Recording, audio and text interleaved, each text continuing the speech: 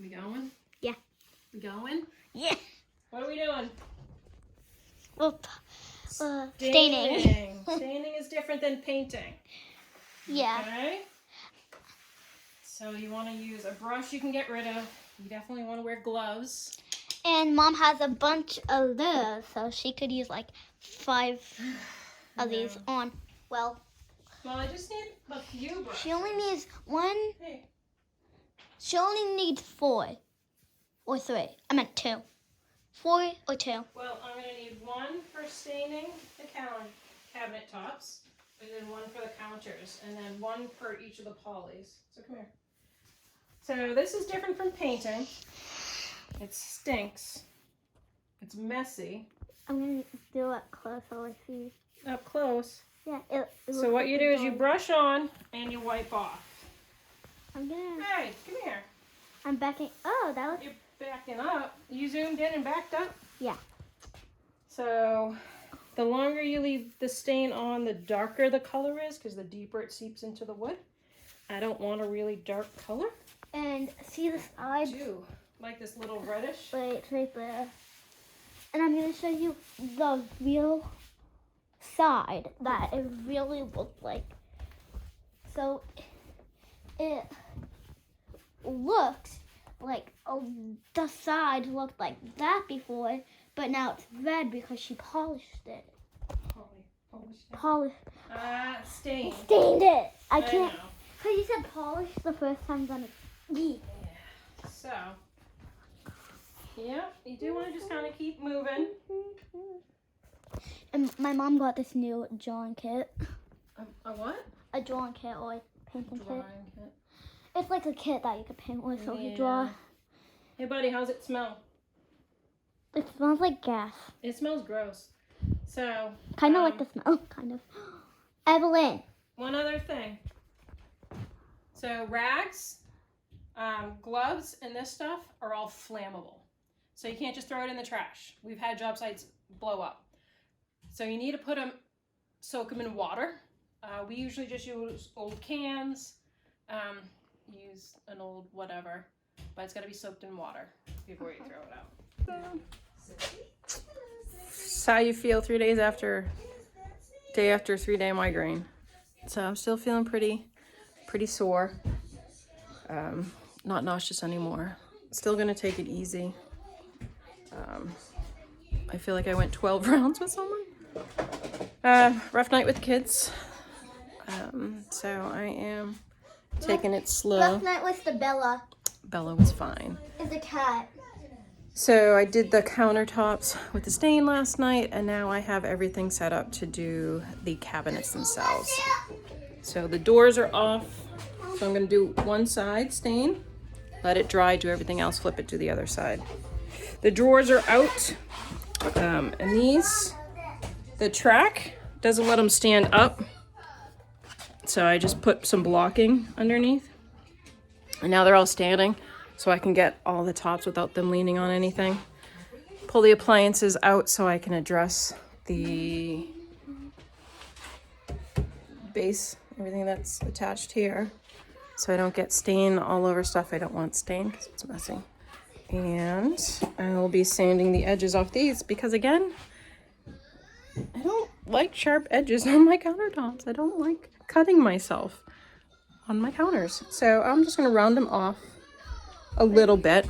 It'll help with the stain as well. And then when that's done, my plan is just to float some compound, clean up this edge all around, cover some of the holes. And the counters are basically dried, and then she's just gonna put them on before those. No. Before we put the drawers on, or I'm gonna put the. Yeah, I'll leave the drawers out because I want to poly them. The drawers not, but attached. Bye, Bella. the doors I would probably hang and poly. That way I can get all sides. And just keep them open. So, you know, when kids wake up 100 miles an hour. Are you excited?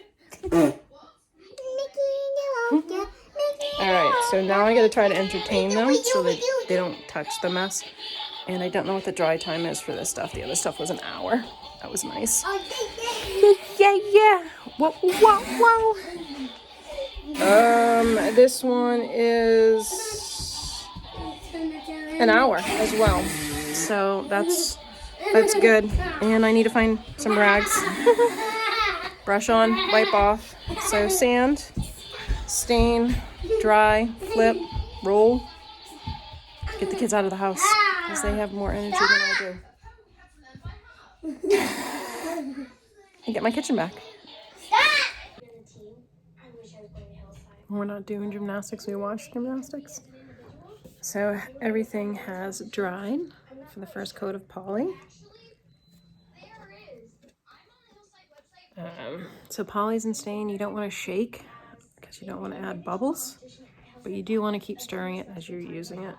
I didn't do the stain because the stain is super messy. Brush I can throw away because I don't have mineral spirits. So.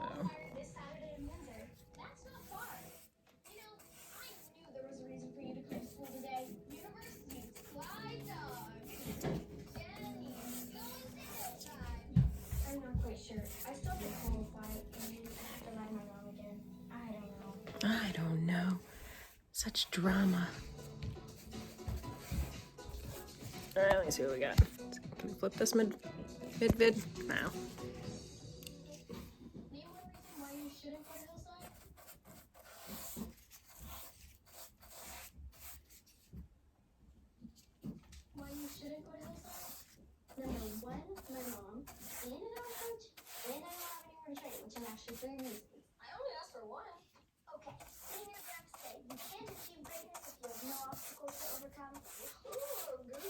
All right.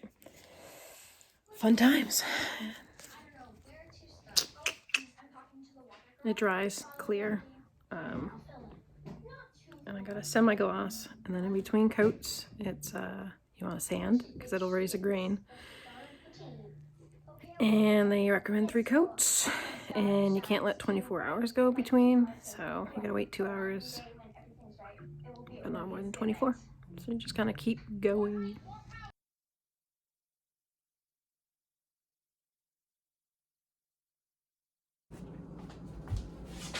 Something just fell. All right, coat number 2, you want to sand in between a nice high grit sandpaper because you're not trying to scrape anything off. You just want to take the high points off. They are pretty smooth, so it's nice and easy. So coat 2, wait a few hours, coat 3, and then these bad Larrys are done. So it's literally, here, let me take this way. That's it. Nothing aggressive.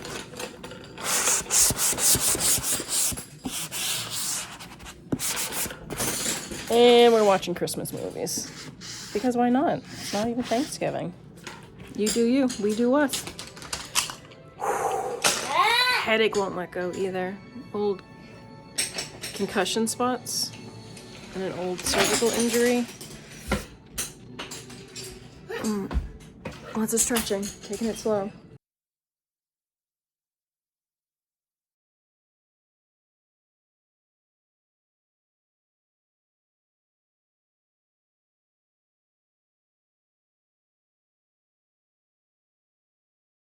Something. All right, so we had a long stretch of migraine issues. And I don't know what that is. So I missed the 24-hour mark to recoat. So I need to do a quick scuff sand because what happens is it dries and you want to get a coat on after it's dry, but before it cures. And so the 24-hour mark is that cure. And if you put a coat on after it cures, it won't adhere, it'll run, it'll peel off. So you do a quick scuff sand. So it's a little extra work, but I'll do that and then I can assemble the bottom cabinets and get everything together and put the countertops on. So we're getting there. Kids just got on the bus. No, my coffee. Oh my gosh, this kid and coffee. It's not good. Ta-da! I got the final coat on. Gotta wait for these and this to dry before I can attach them back. But the drawers are good, so I'm gonna put them in their little places, put the appliances back, and then I can come back in a couple hours and attach the drawers. Some of the screws popped off, like the top popped off, and so the screw part is still in there. So we'll see about that as I'm putting it in. So I'm gonna switch to hanging out my daughter's shelf. So they had those under the bed drawers. They were just constant pain in the butt, and I was like, oh, I'll just get rid of them. And then I was like, you know what? They make some good shelves. So I am going to add some structural stability to that, screw it to the wall. So I did the same with Sisters, which is good. I scared the cat. The cat's not liking people yet. So the idea is this. So I just add this board, and the same one down here, for some structural stability. Screw it into studs, and it's holding books because it's always all over the floor. And so we're gonna do that above the bed here.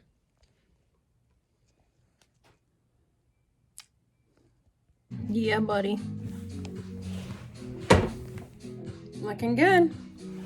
So they are slightly adjustable. So if you find they're uneven, just loosen them up and move the door up and down.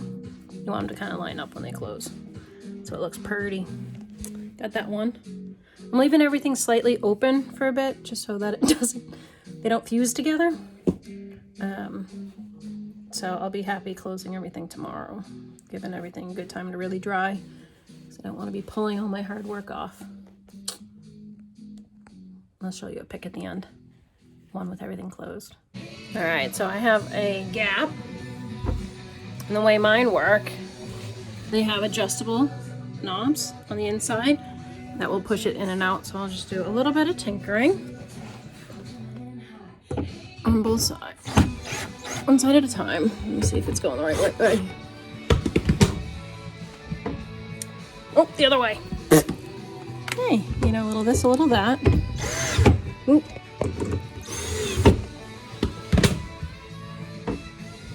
Alright, so I'm gonna do the other one, and in the same way that I wanted it, so I just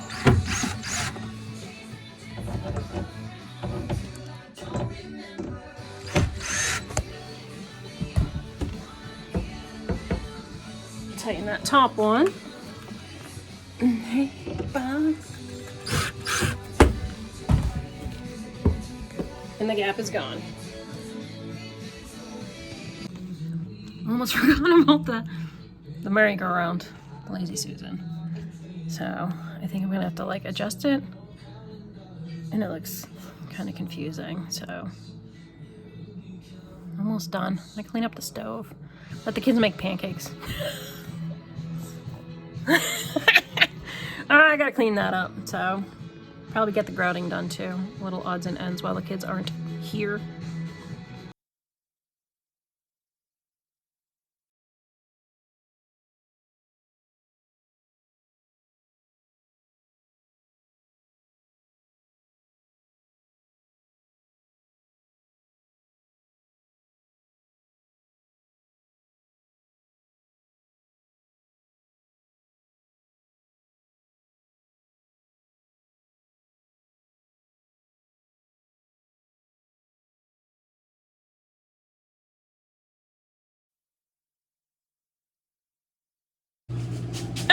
No. All right, go get a towel and dry it off. Because when the kids want to help, they'll just do whatever they want. I want to help you. I just painted that. We're not supposed to get it wet. You gotta get the door. The door, there you go. Get up top. Now you gotta open it. Make sure there's no water on the inside. Nope. Well, we're gonna do some grouting. Yeah, I want to. Grouting. I've got a little pusher doodad. Yeah. I've got a bucket. Yeah. Clean water and a sponge. Hey guys, I want to. Uh-oh. What's that? Oh, it's no good. Let me go see if I get some more. I might not be grouting. This one's trash. It's trash. Oh no, too hard. Oh boy.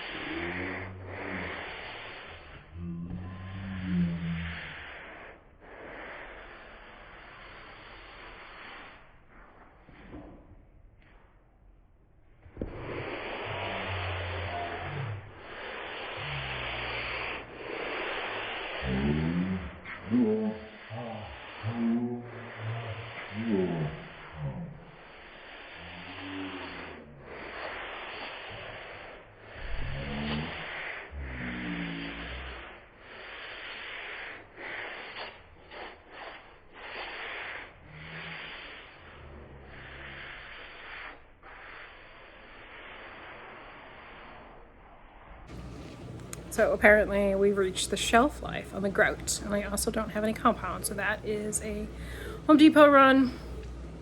So now I am adjusting. I scuff sanded these, and I'm going to start in with the coat for that. This is an oil, so it smells more, takes longer to dry, and it levels. I wanted to do the oil on the top I'm using, and I liked the latex on cabinets because it's super clear, and I really wanted to keep that color. This is going to yellow a bit with age, and it does change the color a little bit. Yeah. Right? Yeah?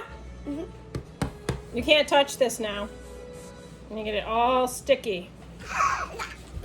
Good luck with this, right? So, once again, one coat, let it dry. So this has to be 4 hours, less than 12. You're gonna have to scuff sand anyway, and a minimum of 3 coats. So I'm gonna do 1 and then put them together and put them in place and probably do 3 more. Depending on how I feel. Yeah. It do this and watch this.